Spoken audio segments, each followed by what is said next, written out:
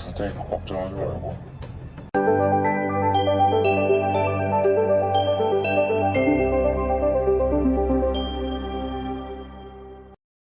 Cerita ini dimulai dengan sebuah permainan roulette yang viral di media sosial. Permainan tersebut memilih korban yang akan diburu untuk mendapatkan hadiah uang yang besar. Hukuman bagi korban ditentukan oleh putaran roulette. Kali ini, korban pertama yang dipilih adalah Yoon Chang-jae dengan hadiah 1 miliar won. Hukuman yang akan diterimanya adalah telinganya dipotong. Teman Chang-jae, Ji-hong, tergiur dengan hadiah tersebut dan mulai memburu Chang-jae. Ji-hong menjanjikan pembagian hasil, dengan Chang-jae mendapatkan 60% dan Ji-hong mendapatkan 40%. Namun, Chang-jae menolak karena tidak mau dipotong telinganya. Terjadilah aksi kejar-kejaran di mana Chang-jae berusaha menghindari serangan Ji-hong yang terus memaksanya untuk bekerja sama agar mereka mendapatkan hadiah tersebut. Chang-jae sendiri tidak percaya dengan permainan ini. Setelah beberapa kali bentrokan fisik, Ji-hong akhirnya berhasil memotong telinga Chang-jae dan menyelesaikan tugas dari permainan ini. Di tempat lain, banyak orang mendatangi sebuah kantor yang diduga menjadi korban penipuan investasi. Namun, kantor tersebut sudah kosong karena pemiliknya kabur ke luar negeri dengan membawa semua uang milik korban. Detektif Baek Jong-sik juga menjadi salah satu korban penipuan ini dan sangat marah karena uang tersebut awalnya akan digunakan untuk keperluan sekolah anaknya. Ia pergi ke sebuah tempat perjudian milik Bos Jang untuk mencari Yang Giong, namun tidak menemukannya di sana. Bos Jang mengatakan bahwa mungkin Yang Giong sudah kabur ke Vietnam atau Malaysia. Jong-sik sangat marah, seakan Bos Jang ingin melindungi Giong, namun Bos Jang menjelaskan bahwa ia juga ditipu sebesar 20 juta won. Tak lama kemudian, Jong-sik dihubungi oleh istrinya yang ingin menjual alat musik selo milik anak mereka agar bisa membayar uang sekolah dan cicilan rumah. Jong-sik lalu pergi ke layanan peminjaman, namun ia ditolak karena sudah mencapai batas limit pinjaman dan pernah gagal bayar sebelumnya. Setelah pulang ke kantornya, Jong-sik menghubungi pihak imigrasi untuk mencegah Yang Giong keluar dari Korea, namun ternyata Yang Giong sudah terbang ke Malaysia. Atasannya yang mendengar percakapan tersebut menjadi curiga jika Jong-sik sedang mengalami masalah dan menanyakannya. Jong-sik kemudian meminta bantuan atasannya untuk meminjamkan 5 juta won, tetapi permintaan tersebut ditolak karena atasannya tidak memiliki uang sebanyak itu. Tak lama kemudian, Jong-sik mendapat laporan dari petugas Eunjong tentang situasi darurat di rumah sakit yang membutuhkan pertolongannya. Jong-sik memutuskan untuk merespons laporan darurat itu daripada menghadapi omelan atasannya. Sesampainya di rumah sakit, ia bertemu dengan Eunjong yang tampak sok akrab dan sangat cerewet, membuat Jong-sik merasa tidak terlalu suka dengannya. Rupanya kasus darurat ini berhubungan dengan Yoon Chang-jae yang sedang dirawat karena telinganya dipotong. Menurut dokter, luka telinga yang diderita Chang-jae tidak seperti kecelakaan biasa, melainkan sengaja dipotong oleh orang lain. Mereka kemudian memeriksa rekaman CCTV di luar rumah sakit untuk mengetahui siapa yang mengantar Chang-jae. Eunjong dengan jeli melihat bahwa orang yang mengantar korban tampak memegang telinga Chang-jae. Jong-sik merasa bingung mengapa orang tersebut mengantar korban dan ingin membongkar identitasnya. Eunjong merasa kasus ini sangat aneh dan meminta untuk diperlihatkan rekaman di area parkiran, di mana terlihat orang itu membawa Chang-jae menggunakan mobil box penggilingan daging. Sementara itu, di rumah Ji-hong, setelah memotong telinga temannya, ia memotret telinga tersebut dan mengirimkannya kepada pembuat permainan ini untuk mengklaim hadiah uangnya.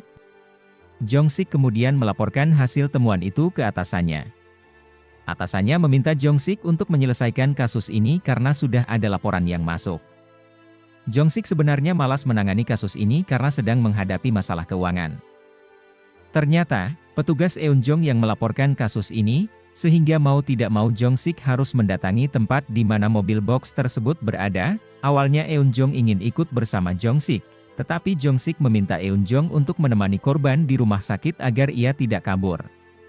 Tak lama kemudian, Jong-sik tiba di rumah penggilingan daging dan mengetuk rumah Ji-hong.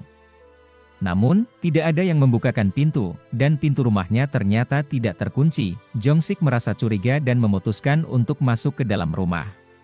Jong-sik memeriksa rumah Ji-hong dan menemukan potongan telinga Chang-jae di dalam sebuah gelas. Ketika memeriksa ruangan lainnya, dia mencurigai sebuah lemari pakaian. Di dalam lemari, terdapat sebuah koper yang berisi uang 1 miliar won. Jong-sik terkejut dengan penemuan tersebut dan segera menutup koper itu. Tiba-tiba Ji-hong datang ke rumah dan melihat seseorang telah masuk. Karena takut, Ji-hong pun kabur, dan Jong-sik mengejarnya. Dalam kejaran itu, Ji-hong terpeleset di anak tangga dan jatuh, menyebabkan cedera fatal di lehernya. Jong-sik panik melihat Ji-hong tampak sudah tidak bernyawa. Awalnya, dia ingin melaporkan kejadian ini ke kantor polisi, namun setelah melihat CCTV di sekitar lokasi sudah rusak, dia memutuskan untuk melapor ke rumah sakit bahwa ada orang yang terluka. Polisi datang ke rumah penggilingan milik Ji-hong dan memeriksa TKP. Rekan kantor Jong-sik menanyakan bagaimana Ji-hong bisa meninggal. Jong-sik menjelaskan bahwa dia mengejar Ji-hong namun Ji-hong jatuh dan akhirnya meninggal. Jong-sik tampak ketakutan dan merasa rekannya mencurigainya. Rekannya bingung mengapa Jong-sik tampak mudah marah padahal dia hanya bertanya. Jong-sik kemudian pergi meninggalkan rekannya sambil membawa koper tersebut bersamanya. Sementara itu, Chang Jae sudah kabur dari rumah sakit dan pergi ke rumah Ji-hong untuk mengambil jatah uang yang dijanjikan. Namun, temannya itu tidak bisa dihubungi. Ketika melihat bekas darah di anak tangga, dia curiga terjadi sesuatu.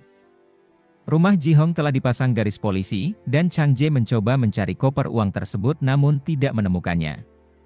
Dia kemudian memeriksa mobil box Ji-hong dengan harapan kopernya ada di sana, tetapi tetap tidak menemukannya.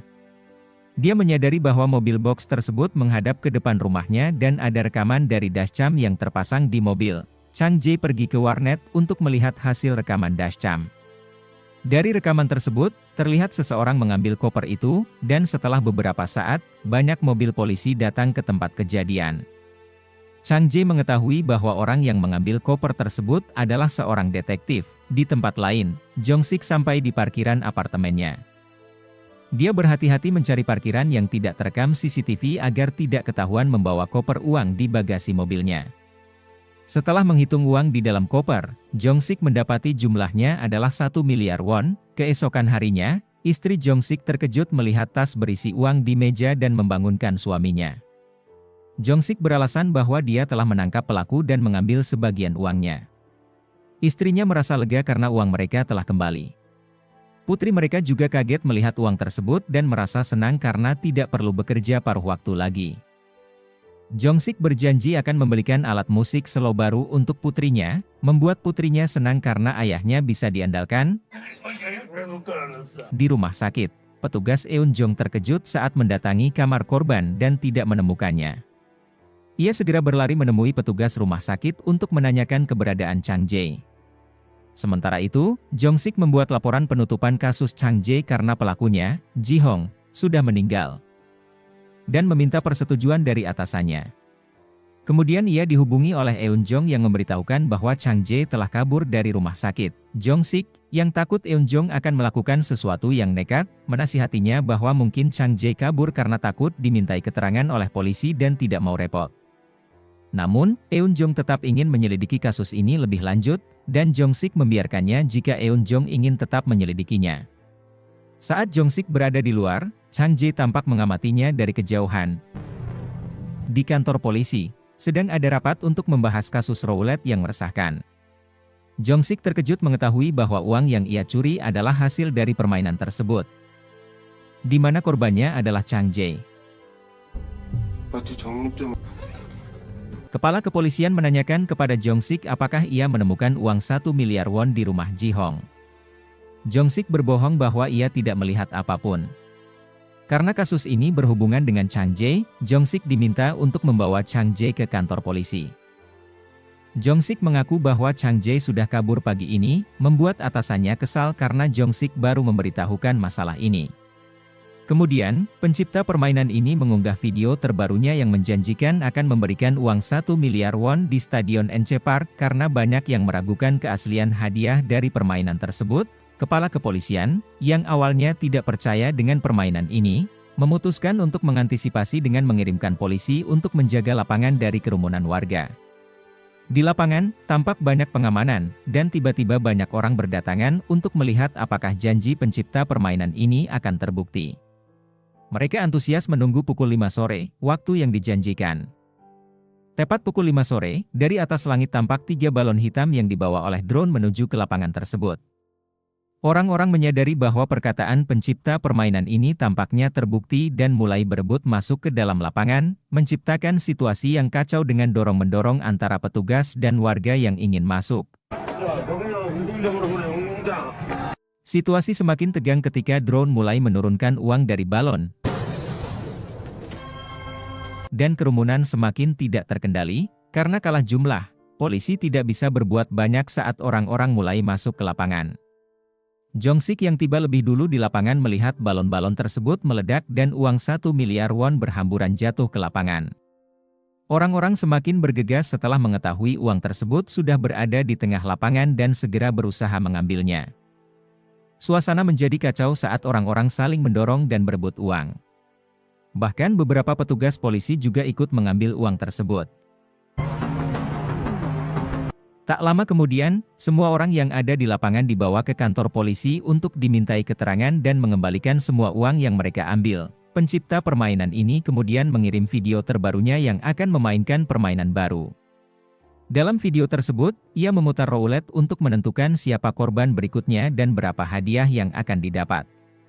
Korban berikutnya adalah Kim Gu-ho, seorang pria berusia 46 tahun yang saat ini berada di dalam penjara dan akan bebas dalam 3 hari. Hadiah yang akan didapatkan ternyata sebesar 20 miliar won, sekitar 200 miliar rupiah. Jumlah uang tersebut sangat besar dan membuat banyak orang tergiur.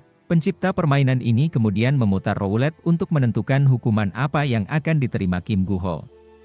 Hukuman tersebut adalah membunuh Kim Gu-ho agar bisa mendapatkan uang 20 miliar won. Bahkan ia menjanjikan tetap memberikan uang tersebut jika orang yang berhasil melakukannya di penjara. Jika Gu-ho mengakhiri hidupnya sendiri, maka hadiah uang tersebut akan dilipat gandakan untuk permainan berikutnya. Di kantor polisi, Jong-sik merasa semakin tertekan dengan situasi ini. Dia tahu bahwa permainan ini semakin berbahaya dan bisa memakan banyak korban. Jong-sik berusaha mencari cara untuk menghentikan permainan ini. Namun dia juga harus berhati-hati agar tidak terungkap bahwa dia telah mengambil uang dari rumah Ji-hong.